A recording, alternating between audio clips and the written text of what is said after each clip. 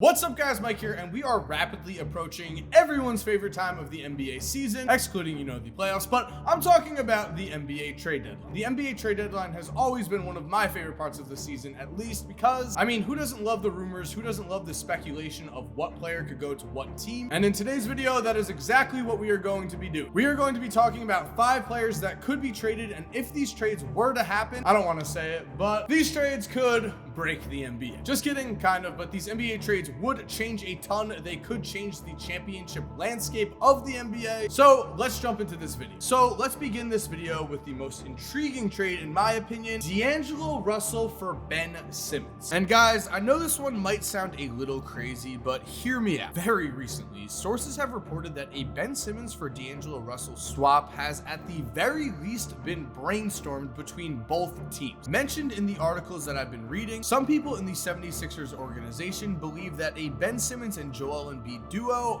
might not have what it takes to be a serious championship contender. And with that statement in mind, if this trade were to actually happen, I don't think any other trade on this list would be a more perfect example of a trade that would break the league. Because of course, the value that Ben Simmons brings is undeniable. And the thing is, his skill set would be extremely unique within the Warriors, especially playing alongside Steph Curry and Klay Thompson. Because while Deangelo Russell has to be considered more of a score-first guard, Ben Simmons is a playmaker. He is always looking to set his teammates up, and that means if he has Steph Curry and Klay Thompson on the wings, that is going to open up the floor tremendously for Ben, and that means that Steph and Klay are going to get more open three-point looks than they probably ever have in their entire careers. Continuing on with the Warriors perspective here, some people within the Warriors organization do believe that a Ben Simmons and Draymond Green pairing might be an awkward fit. However, I don't think this really matters too much, especially when you consider that Draymond has regressed recently and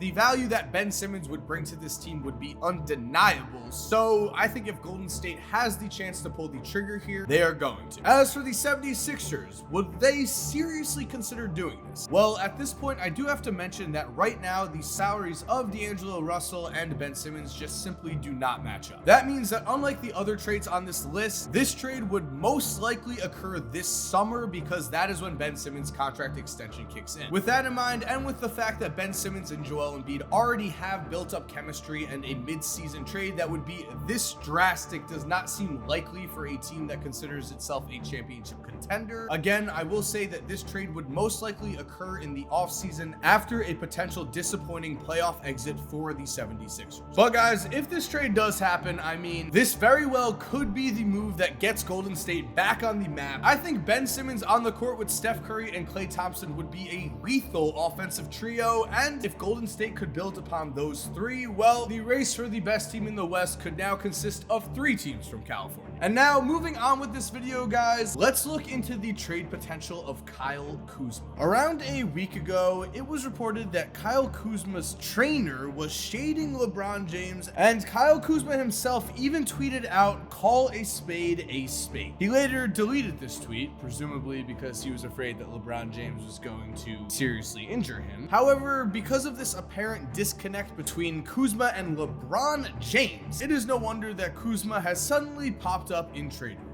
And with Anthony Davis in the picture, as long as his back is fine, Kuzma, the one major young piece the Lakers were able to keep following the trade for Anthony Davis, has seen a decreased role compared to his previous seasons on the Lakers. And so with Kuzma's PER currently sitting at a career low 10.73, and with Anthony Davis firmly in the power forward spot for the foreseeable future, it now looks like Kyle Kuzma is very expandable. And looking at all of the options here, one interesting option would be the Detroit Pistons, as if the Pistons did send over Derrick Rose and Markieff Morris, the Lakers could include Kuzma along with JaVale McGee, and really this trade could make sense for both teams. Kuzma is from Michigan, and the Pistons could use all of the young pieces they could possibly get right now. Meanwhile, the Lakers could definitely use another point guard, and Derrick Rose has proven all year that he is back and is especially efficient when playing in smaller doses. The Lakers would really only need 20 to 25 25 minutes per game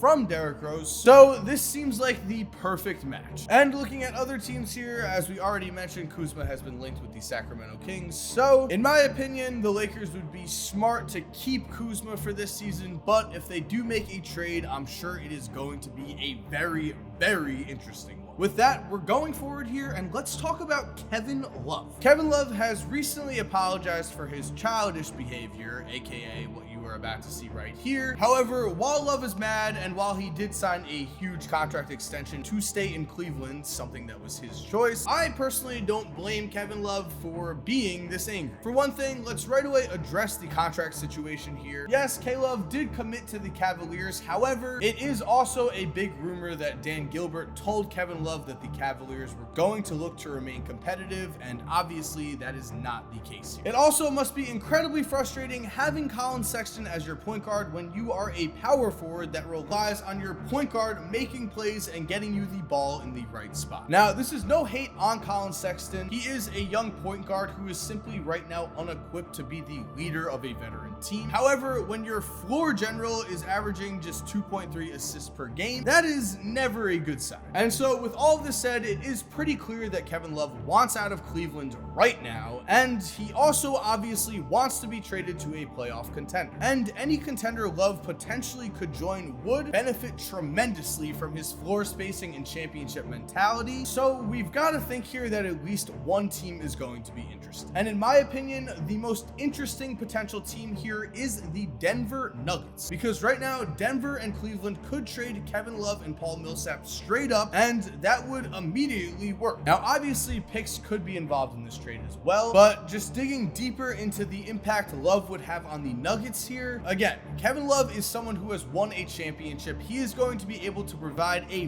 very valuable locker room presence with the championship knowledge he is going to be able to impart on his younger teammates. Also, in terms of getting the ball here, I am sure that is not going to be a problem, as I think Love, on offense at least, would complement Nikola Jokic very well. I say this because Jokic just happens to be the best passing big man in the game, as he is averaging 6.4 assists per game this season. And just mentioning this real quick, some other options for Love could be the Phoenix Suns or the Portland Trail Blazers, but again, I think the Denver Nuggets would be the best fit here. So free Kevin Love, let's send him to Denver. Continuing on, we are going to be talking about a lesser known name, but a player who could turn out to be very important in Bogdan Bogdanović. Bogdan Bogdanović on the Kings is having a career season this year, which means his value is now at an all-time high. And really, when you look at a role player, you can't get much better than him. He's a versatile scorer who's one of the better mid-range shooters in the entire league, and is the type of shooter who doesn't really take anything away from the team he's playing on. But because the Sacramento Kings have given a long-term commitment to Buddy Hield, it is very possible that they are now looking to trade Bogdan. And rumor has it that Sacramento has been talking to the Los Angeles Lakers, which could be interesting. We are going to talk about Kyle Kuzma later on in this video, but just know any trade between the Kings and the Lakers would probably center around Bogdan and Kuzma. As for other options here, well, the Minnesota Timberwolves with Robert Covington have been linked to trade rumors for a little bit, and this would be very interesting. Covington would give the Kings an excellent all-around defender, while Bogdan would immediately help out Minnesota's need for perimeter shooting in the backcourt. The Wolves are shooting a horrible 32.2% from three this season, which is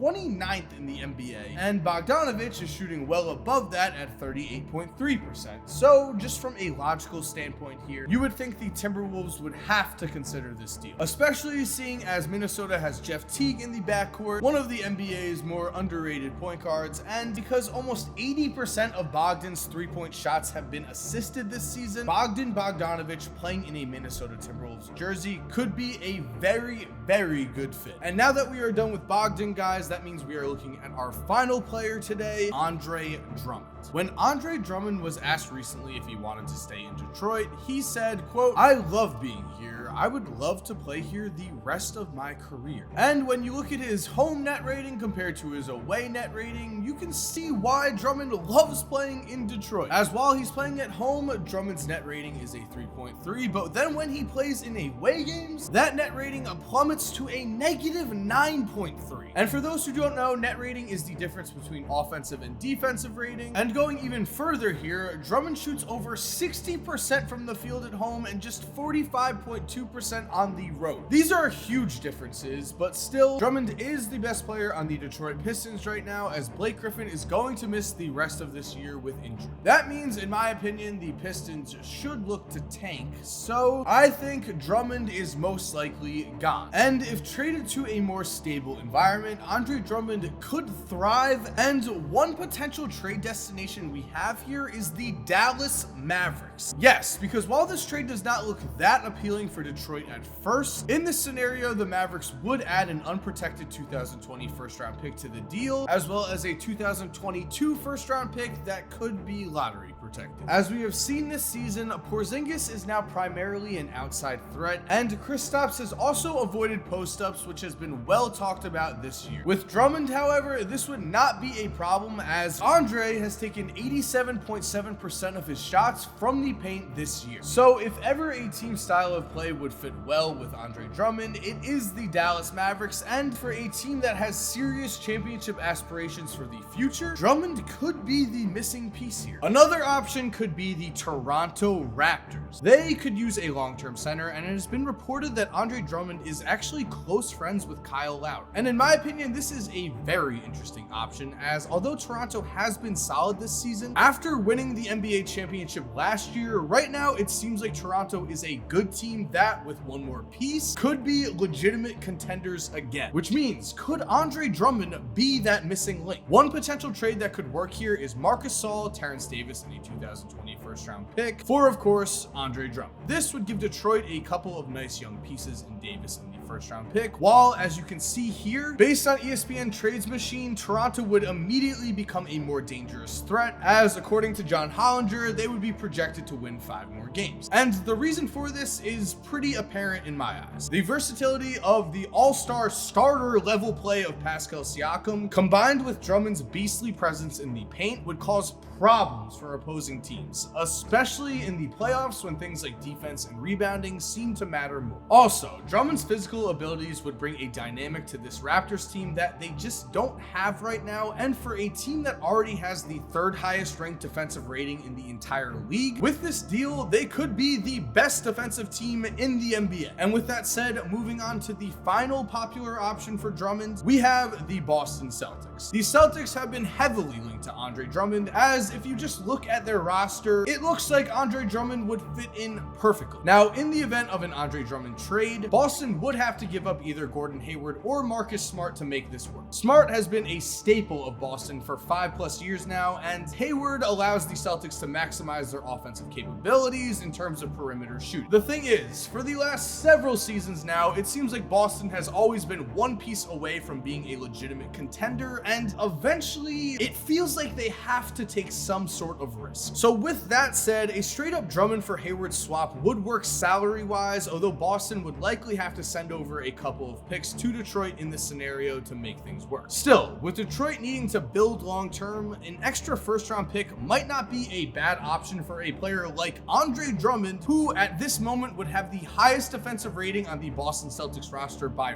far, and his rebound percentage of 23.4 would also be by far the best if you do not include Taco Fall, who has barely played. Not to mention, the Boston Celtics do have plenty of wings, so I would say Gordon Hayward is expandable here. No matter how the Andre Drummond saga works out, you can be sure that his impact is going to be felt heavily on whatever team he goes to, and I'm really excited to see him in a new atmosphere because I think Drummond is just an absolute beast who is just simply not getting enough national attention. And there we have it, guys. Thank you for watching. I hope you enjoyed today's video. If you did like this video, make sure to leave a like. It helps out a ton. And if you're new to this channel, make sure to subscribe. Make sure to turn notifications on so you don't miss a video. If you're already subscribed, thank you so much for supporting. You're awesome. We all know it. And as always, have an awesome day and cue that music. By the way, if you're still here while the music is cued, here are 2 videos I think you are going to love watching. All you have to do is just click on either one of them on the screen right here. And other than that, guys, again, have a great day and peace.